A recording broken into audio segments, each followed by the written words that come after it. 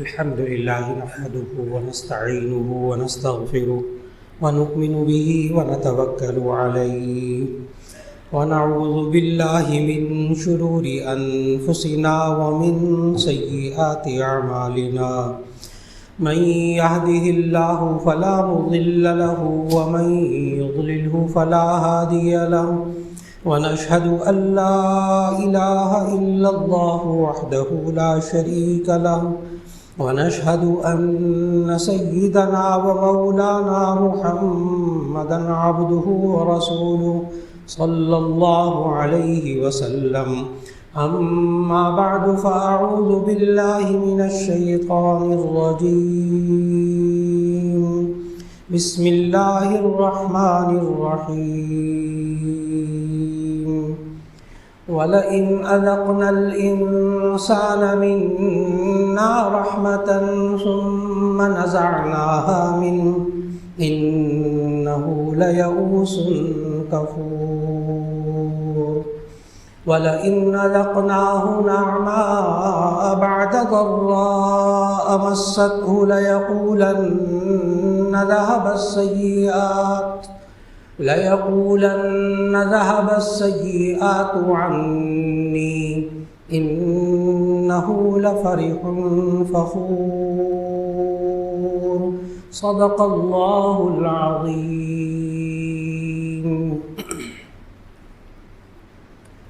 اللہ رب العزت نے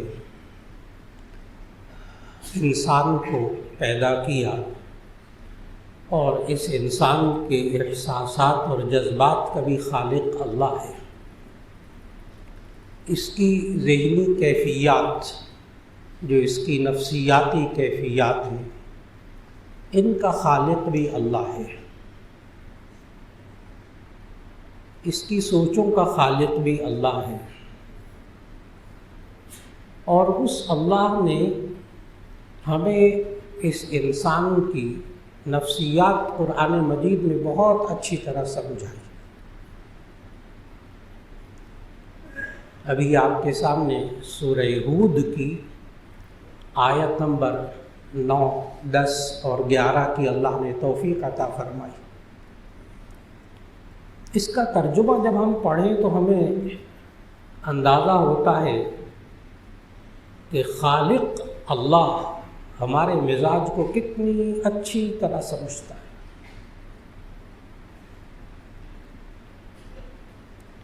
اللہ نے انسان کی نفسیاتی کیفیت یہ بتائی کہ یہ انسان میں نے بنایا ہے۔ اللہ کہتا ہے میں نے بنایا، مجھے پتہ اس کے اندر کیا کیا خوبیاں کیا کیا خامیاں ہیں۔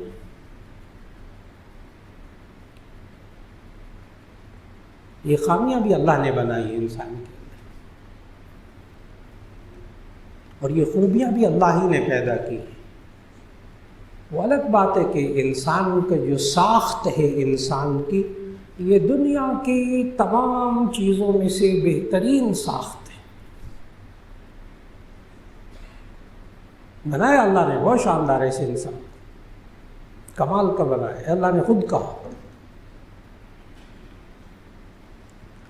4 چیزوں کی قسم کھا کے اللہ نے سورہ والتین میں فرمایا کہ میں نے اس انسان کو بڑا شاندار بنایا، بڑا خوبصورت بنایا، بہترین ساخت کا بنایا۔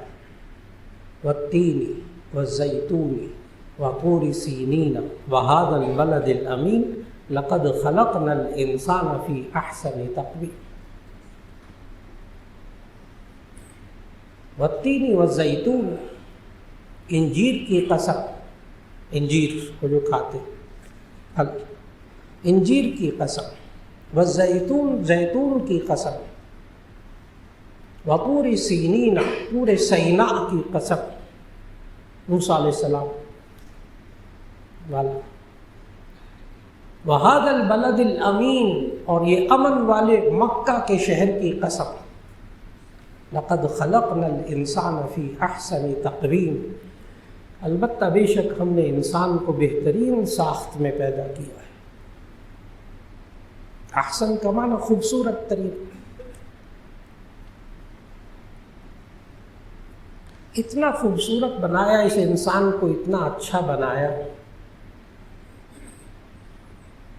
کہ امام ابو حنیفہ رحمہ اللہ کے دور میں حضرت مفتی شفیع صاحب رحمۃ اللہ علیہ نے معارف القرآن میں یہ والا واقعہ لکھا کہ ایک نوجوان نے شادی ہونے لگی، رشتہ تلاش کرنے لگے، تو اس نے اپنی ماں سے کہا کہ اگر آپ نے میری بیوی جو تلاش کرنی ہے وہ چاند سے زیادہ خوبصورت نہ ہوئی تو اس کو ابھی سے طلاق۔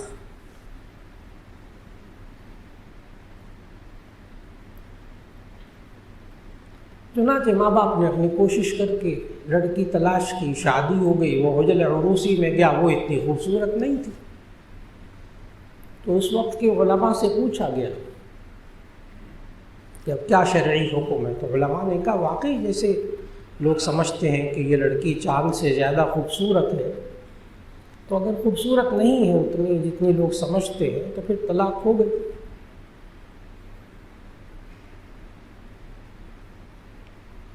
چنانچہ ان علماء سے مسئلہ ہوتے ہوتے امام ابو حنیفہ رحمہ اللہ تک پہنچا۔ امام ابو حنیفہ رحمہ اللہ نے یہی سورہ والتین کی آیات تلاوت کی اور فتویٰ دیا کہ طلاق نہیں ہوئی۔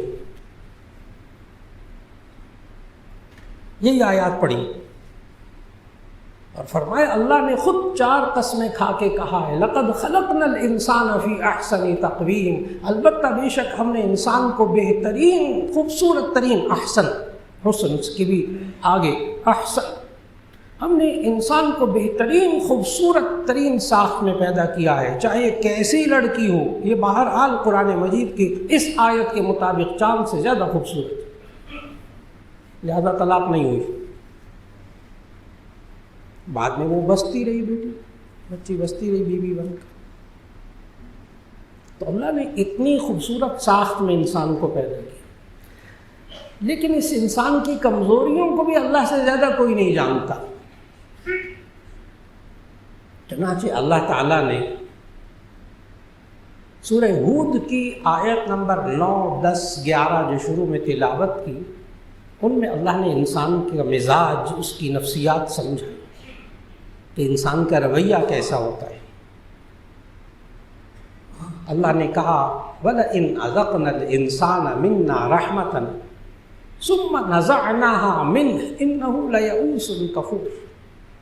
ایک تو یہ مزاج بتائے، وَلَئِنْ أَذَقْنَا الْإِنسَانَ مِنَّا رَحْمَةً، اور اگر ہم اس انسان کو اپنی طرف سے کچھ رحمت چکھا دیں۔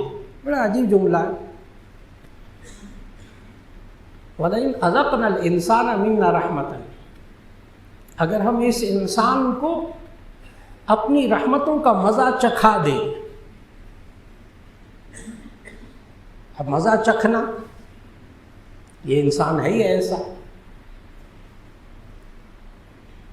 40-50 سال کی عمر تک یہ انسان دانت استعمال کرتا رہتا ہے، کھاتا ہے، گوشت ووشت سب کچھ کھاتا ہے۔ وہ 40-45 سال استعمال کرنے کے بعد پھر جب دانت میں تھوڑا سا درد ہوتا ہے نا، اتنا شور مچاتا ہے نا، یہ اتنا ناشکر۔ وہ جو 40-45 سال بھی اللہ اپنی رحمتوں کا چکھاتا ہے نا، اللہ کہتا ہے میں نے بس تھوڑی دیر ہی چکھایا ہے۔ اللہ بھی کہتا ہے ٹھیک ٹھیک، تھوڑی دیر ہی چکھایا، 40-50 سال یہ بھی تھوڑا سا ہی،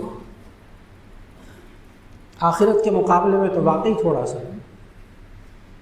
وَلَئِنْ أَذَقْنَا الْإِنسَانَ مِنَّا رَحْمَةً، جب ہم انسان کو اپنی طرف سے رحمتوں کا مزہ چکھاتے ہیں، ثُمَّ نَزَعْنَاهَا مِنْهُ، پھر اس سے تھوڑی دیر کے لیے وہ نعمت چھین لیتے ہیں۔ ثُمَّ نَزَعْنَا مِنْهُ، اللہ نے کہا ہم چھین لیتے ہیں۔ وہ دانت میں درد ہو گیا نا 45 سال بعد، ثُمَّ نَزَعْنَاهَا مِنْهُ، پھر ہم اس سے وہ نعمت جب چھین لیتے ہیں، إِنَّهُ لَيَئُوسٌ كَفُورٌ، تو یہ انسان بڑا مایوس ہو جاتا ہے، ڈپریشن میں چلا جاتا ہے، کفور ناشکرہ ہو جاتا ہے۔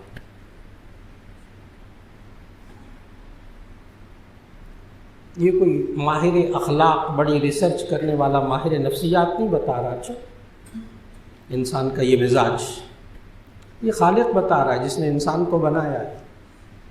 وہ کہتے میں نے بنائے ایسے، اس کی سوچ ہی ایسی، اس کا رویہ ایسا ہے۔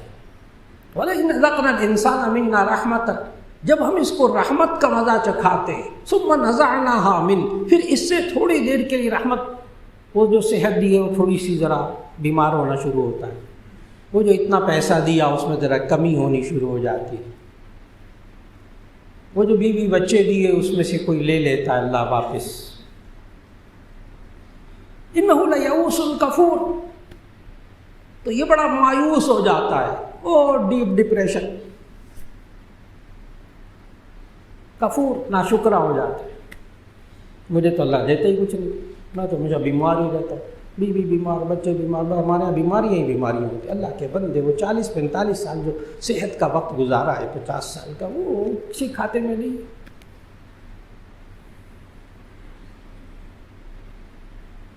دوسری آیت نمبر 10 میں اللہ نے پھر ایک اور رویہ اس کا بتایا۔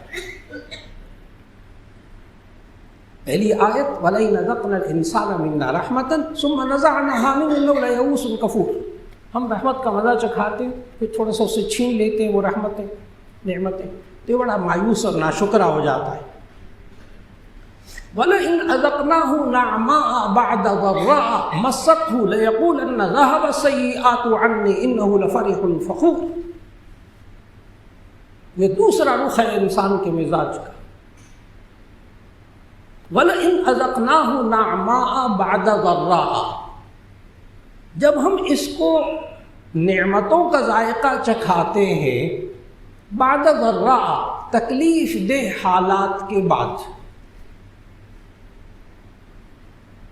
اتنے میزائل، اتنے ڈرون، ضراء، اس کے بعد نا فتح مل گئی۔ اب جب فتح مل گئی، کامیابی مل گئی، اب یہ کیا کرتا ہے؟ یہ بھی خالق نے بتا دیا اس وقت۔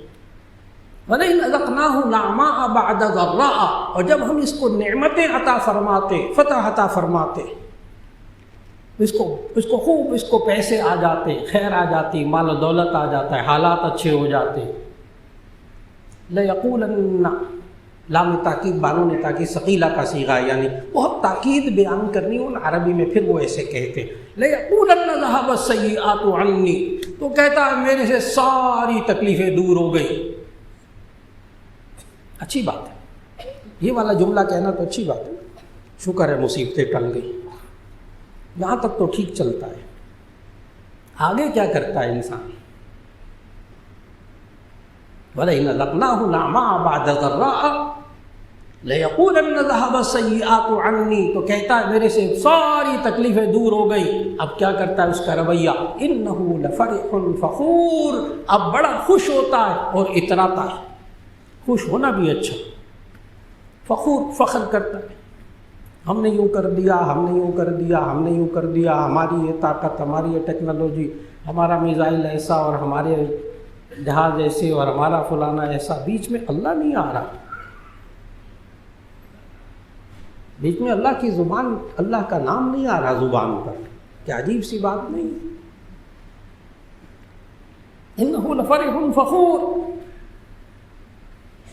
یہ پھر بڑا خوش ہوتا ہے، خوش ہونا ٹھیک ہے، لیکن فخور، یہ اترانے لگتا ہے، فخر کرنے لگتا ہے۔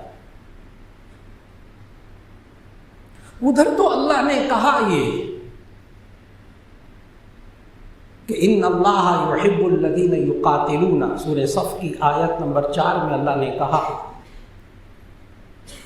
ان اللہ یحب الذین یقاتلون فی سبیلہ صفا کأنہم بنیان مرصوص، یہ تو اللہ نے کہا سورہ صف کی آیت 4 میں کہ اللہ کن لوگوں کو پسند کرتا ہے۔ ان اللہ یحب الذین یقاتلون فی سبیلہ، وہ لوگ کہ جو اللہ کے راستے میں جہاد کرتے، قتال کرتے، کأنہم بنیان مرصوص، گویا کہ وہ سیسا پلائی ہوئی دیوار ہے، اتنے مضبوط ہو کر وہ جب جہاد کرتے ہیں تو اللہ بہت پسند کرتا ہے۔ ٹھیک، فتح مل گئی، اب وہ کیا کرتا ہے؟ انہ لفرح فخور، بڑا خوش، لیکن فخور، فخر کر رہا ہے، اترا رہا ہے۔ اور اب میں آیت پڑھنے لگا.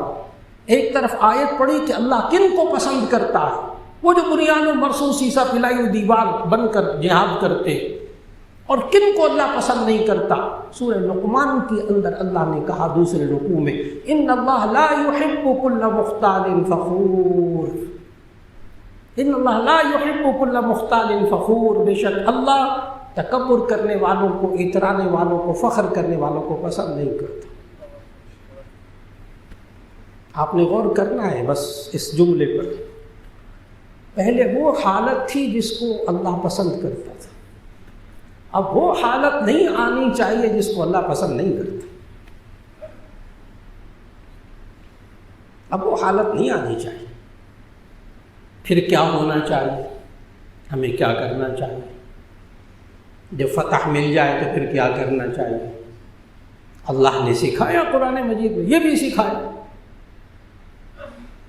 کہ جب فتح مل جائے تو کیا کرنا چاہیے. اور نبی کریم صلی اللہ علیہ وسلم ان تمام باتوں پر عمل فرماتے تھے اور عمل کر کے دکھایا، عمل کر کے دکھایا. فتح کے بعد کیا کرنا چاہیے؟ جب اللہ کی مدد آ جائے تو پھر کیا کرنا چاہیے؟ اللہ کی مدد بھی ایسی کہ جتنے جہاز گئے تھے آپ کے وہ سارے خیریت سے آ گئے حملے کر کے، اور دوسرے کے 6 جہاز مار گرائے، فتح مل گئی.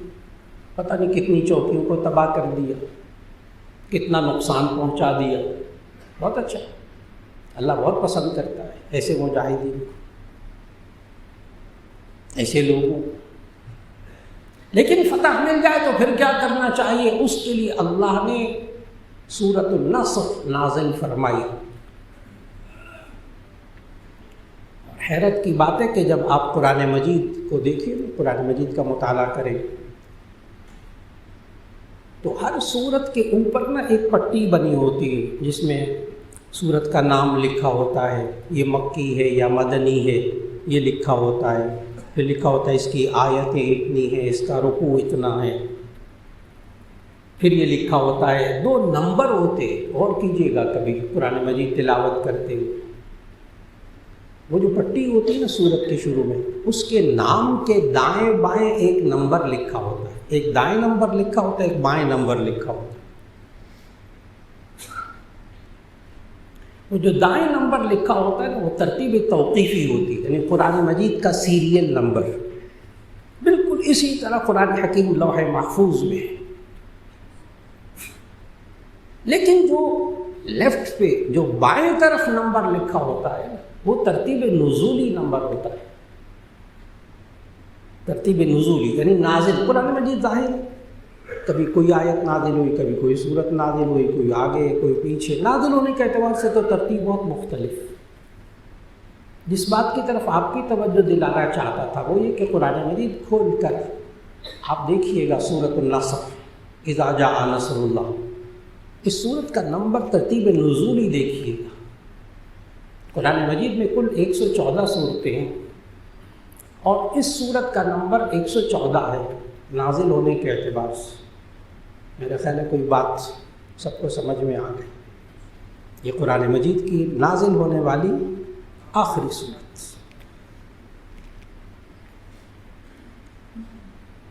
کہ اللہ نے تمہیں دین دے دیا، تمہیں فتوحات دے دیے، فتح مکہ ہو گیا، فلاں ہو گیا، فلاں ہو گیا، ساری دنیا پہ تم نے فتح حاصل کر لی. اب کیا کرنا؟ آخری صورت. اللہ نے قرآن بھی دیا نا، یہ بھی تو نعمت ہے. اللہ دین دیا، یہ بھی تو نعمت ہے. اليوم اکملت لکم دینکم واتممت علیکم نعمتی ورضیت لکم الاسلام دینا. دین بھی تو نعمت ہے. ساری نعمتیں جب مکمل ہو گئی تو آخری صورت جو نازل ہوئی اس کو پڑھنے لگا ہوں، جس سے ہمیں سمجھ میں آتا ہے کہ اللہ نے کیا سمجھایا ہے کہ فتح کے بعد کیا کرنا. جو نہیں کرنا وہ بھی بتا دیا. ابھی بات ہو گئی. ان اللہ لا يحب كل مختال فخور. اللہ تکبر کرنے والوں کو، فخر کرنے والوں کو، اترانے والوں کو اللہ پسند نہیں کرتا. چلو یہ نہیں کرنا. پھر کیا کرنا ہے؟ اب یہ آخری سورت سورۃ النصر اذا جاء نصر اللہ والفتح. جب اللہ کی مدد آ جائے، والفتح اور فتح آ جائے، اور پھر آپ دیکھ رہے ہوں کہ دھڑا دھڑ لوگ مسلمان ہو رہے ہیں، یدخلون فی دین اللہ افواجا، لوگ اسلام بھی قبول کر رہے ہو۔ اب اللہ نے کہا اس فتح کے بعد، اللہ کی مدد آنے کے بعد کیا کرنا ہے؟ فسبح بحمد ربک واستغفر انہ کان توابا۔ لیکن خالد بتا رہے جب اللہ کی مدد آ جائے اور فتح آ جائے تو کیا کرنا ہے؟ فسبح بحمد ربک، اپنے رب کی تعریف کی، تسبیح کیجیے، اس کی پاکیزگی بیان کیجیے، اپنے رب کی تعریف کریں۔ الحمدللہ، الحمدللہ رب العالمین، تمام تعریفیں اس اللہ کے لیے جو تمام جہانوں کا پالنے والا ہے۔ یہ انسان کی زبان پر یہ آئے، فسبح بحمد ربک۔ نمبر ایک اللہ نے سمجھایا کہ اپنے رب کی تسبیح بیان کیجیے، اس کی تعریف بیان کیجیے۔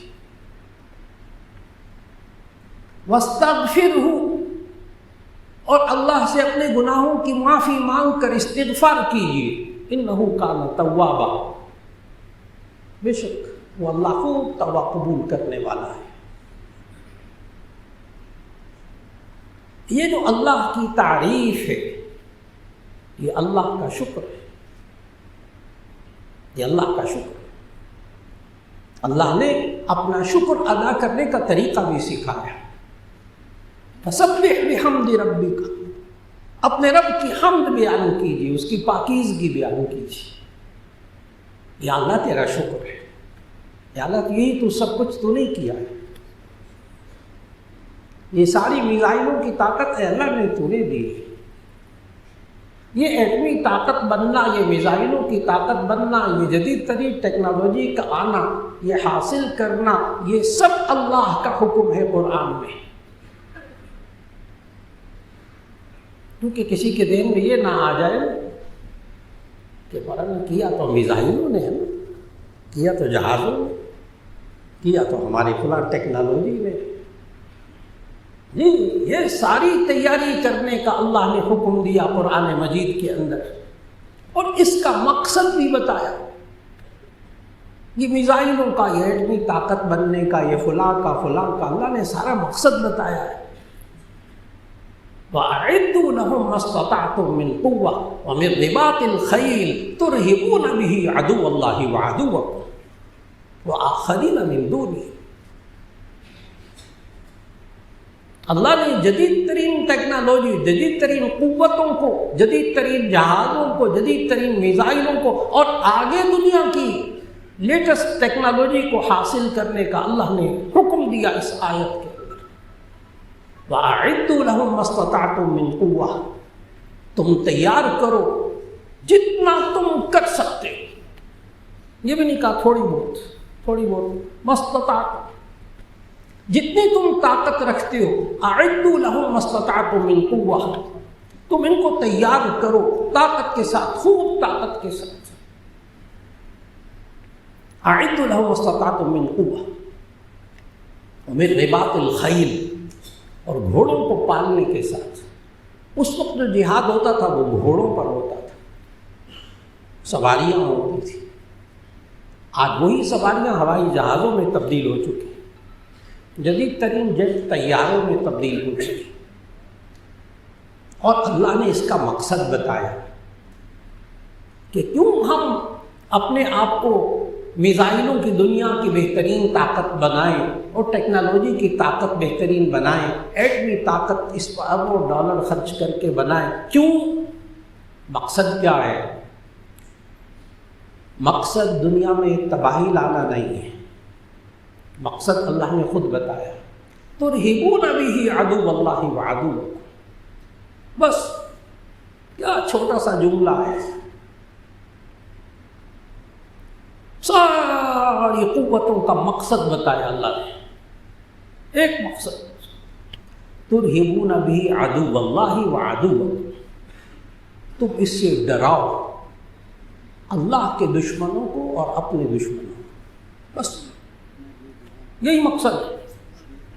ترہبون بہ عدو اللہ وعدوکم، تم اس سے ڈراؤ اللہ کے دشمنوں کو اور اپنے دشمنوں کو. یہ مقصد ہونا چاہیے مختلف طاقتوں کو حاصل کرنے کا.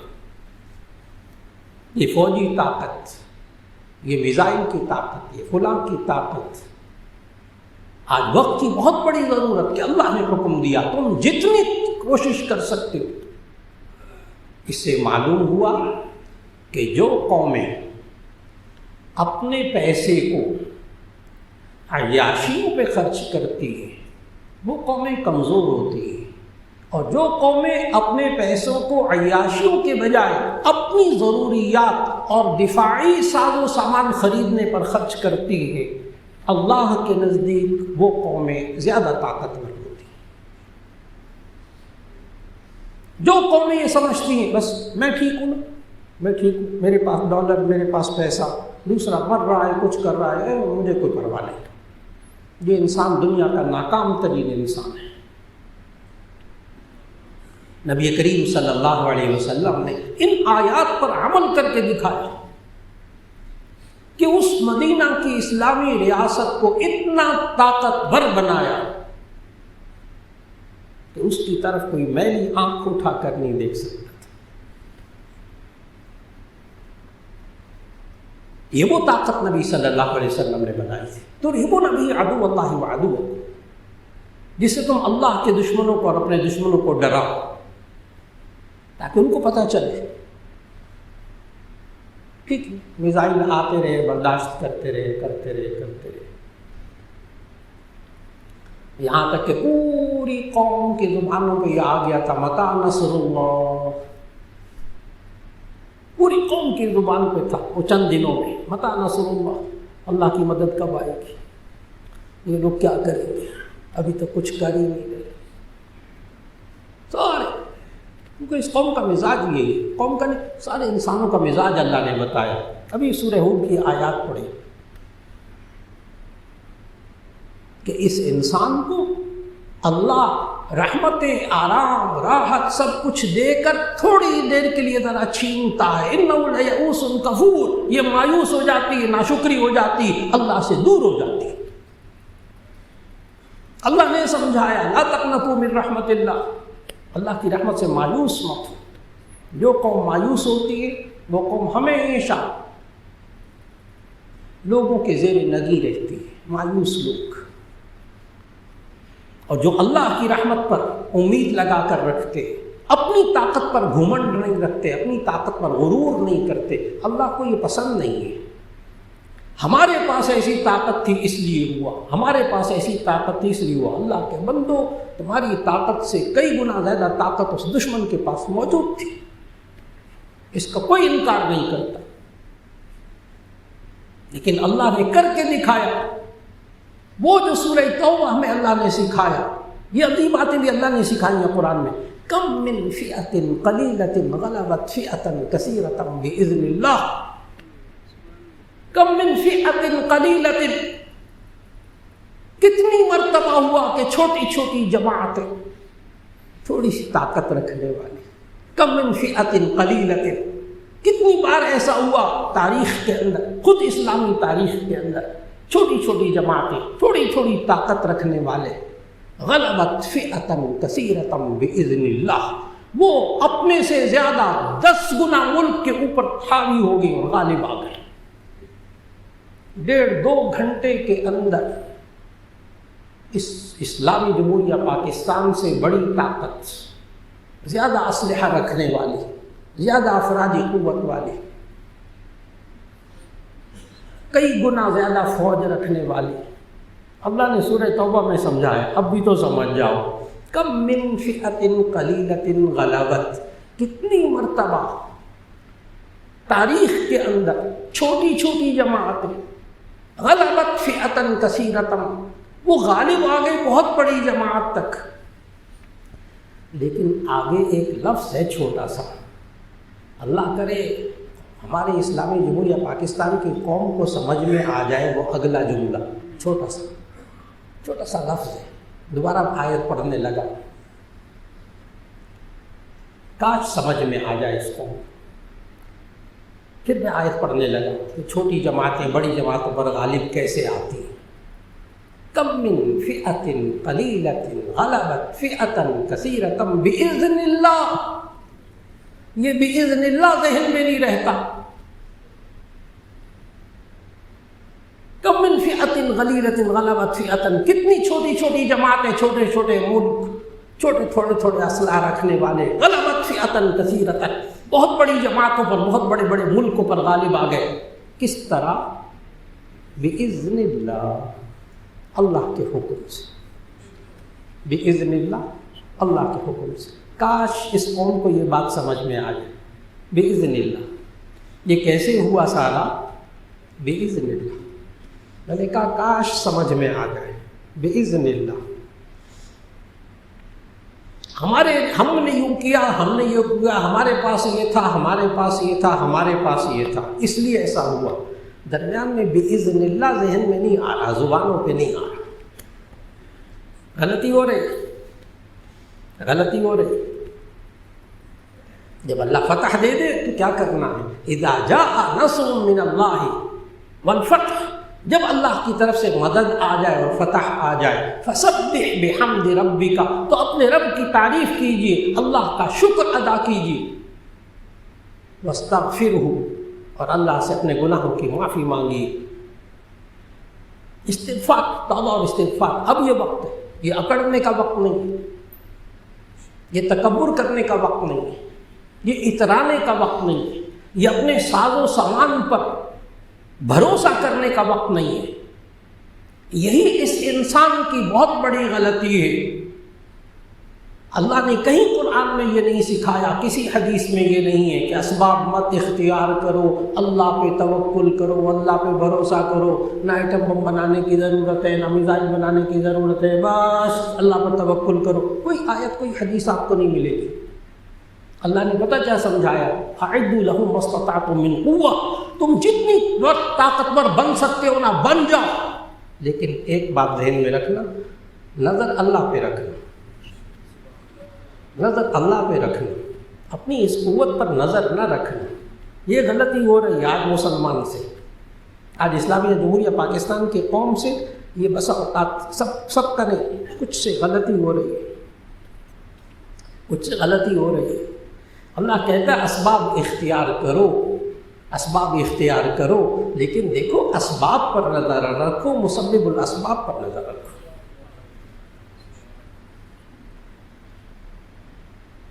اسباب کو چھوڑ کر، اسباب کو چھوڑ کر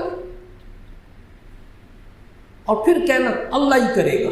جی اللہ قادر ہے، ان اللہ علی کل شیء قدیر. لیکن اللہ اور اس کے رسول صلی اللہ علیہ وسلم نے یہ چیز نہیں سکھائی، یہ توکل نہیں. اسباب کو بھی اختیار نہ کرو، بس اللہ کرنے والا. جی یقیناً اللہ کرنے والا ہے، اللہ صحیح کرنے والا ہے. لیکن ان صحابی کے ساتھ کیا ہوا؟ صحابی تشریف لائے نبی صلی اللہ علیہ وسلم کے پاس، دور دراز علاقے سے بیچارے آئے، اونٹ پر آئے.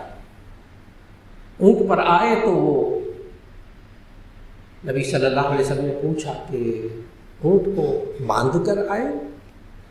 صحابی ایمانی قوت، وہ اونٹ کو باندھ کر آئے. صحابی کا جواب بھی ایمانی جواب سننے والا ہے، یا رسول اللہ، اللہ پر توکل کر کے چھوڑ کر آیا ہوں، کھلا ہی، باندھا نہیں ہے، باندھا نہیں ہے، کھلا ہی چھوڑ کر آیا، اللہ پہ بھروسہ کر.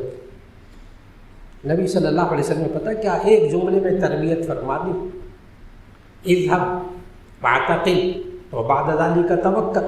جاؤ پہلے اونٹ کو باندھو، پھر اللہ پہ بھروسہ کر. جاؤ پہلے اونٹ کو باندھو، پھر اللہ پہ بھروسہ کرنا. پہلے اپنی سواری کو تالا لگائے، پھر اللہ پہ بھروسہ کرے. ہمارے اندر بیماری کیا ہے؟ دو بیماریاں. ایک یہ کہ تالا ہی نہیں لگا، حفاظت ہی نہیں کرو، او اللہ ہی کرنے والا. اللہ کے بندے اسباب اختیار کرو، تالا لگاؤ گاڑی کو، لاک کرو. اور جب ہم اسباب اختیار کر لیتے ہیں تو پھر دوسری بیماری اس قوم کے اندر، انسان کے اندر یہ ہے کہ کہتی ہے کہ میں نے یوں کیا تھا اس لیے ہوا. پھر اللہ پہ نظر نہیں ہوتی، یا اسباب کو اختیار نہیں کرتے۔ دوسری بیماری کیا؟ اسباب اختیار کر کے اسباب ہی کو سب کچھ سمجھ بیٹھتا ہے انسان۔ آج وقت کا تقاضا ہے کہ ہمیں کیا کرنا چاہیے؟ نمبر 1 اللہ کا شکر، اور اللہ کا شکر ادا کرنے کا طریقہ کہ یہ انسان اللہ کا شکر دل سے ادا کرے۔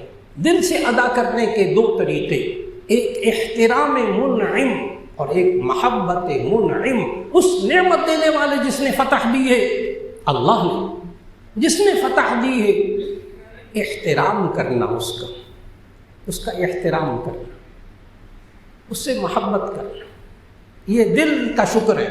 احترام منعم اور محبت منعم، نعمت دینے والے سے محبت کرنا اور نعمت دینے والے کا احترام کرنا، یہ دل کا شکر ہے۔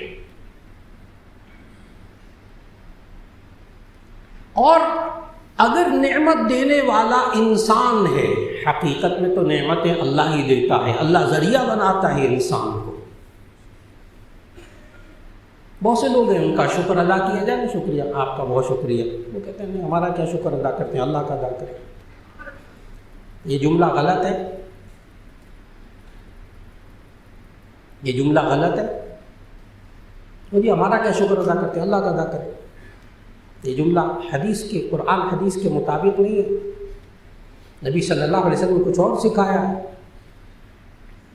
نبی صلی اللہ علیہ وسلم نے سکھایا من لم یشکر الناس لم یشکر اللہ، جو انسانوں کا شکر ادا نہیں کرتا وہ اللہ کا بھی شکر ادا نہیں کرتا۔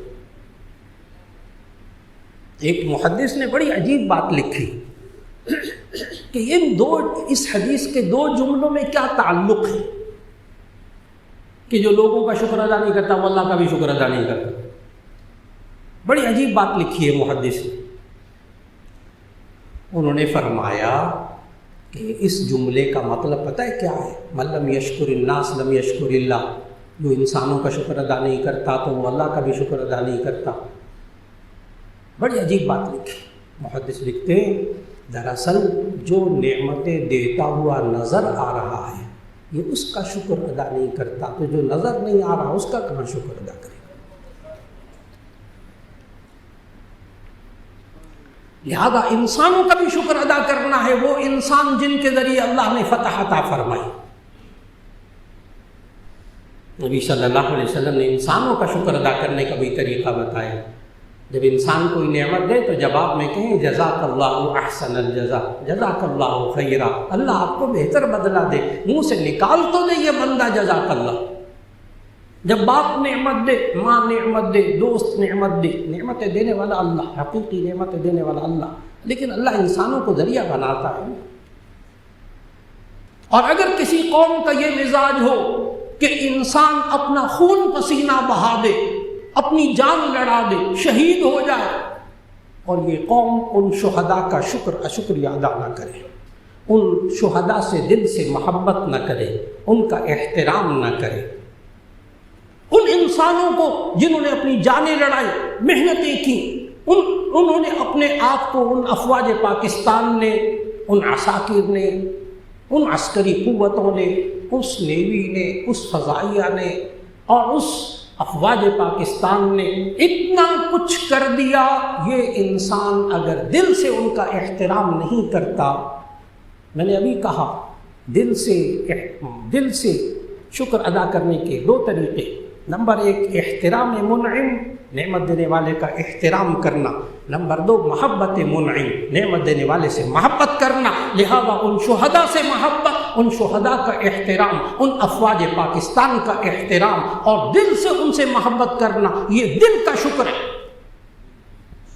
ہر وہ بندہ ناشکرا ہے جو اس وقت ان انسانوں کا شکر ادا نہیں کر رہا، وہ دل سے ناشکرا ہے۔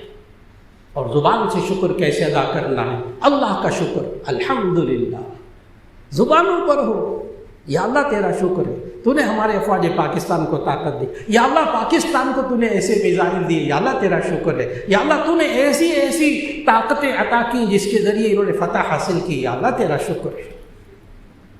زبان سے الحمدللہ۔ یا اللہ تیرا شکر.